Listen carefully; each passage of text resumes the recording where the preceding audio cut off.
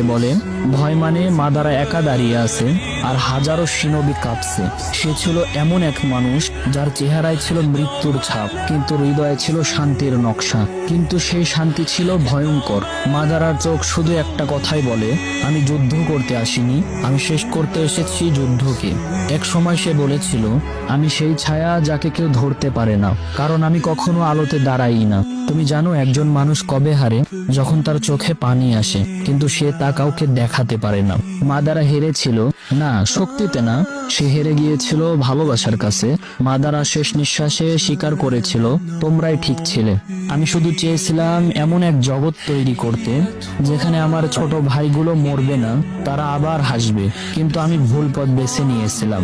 Madara Uchiha আমাদেরকে শিখিয়ে যায়, পৃথিবীতে সবচেয়ে বিপজ্জনক মানুষ সেই ব্যক্তি যে কাঁদে না, শুধু ভাবতে থাকে। ভিলেনদের জন্ম হয় না, তাদের তৈরি করা।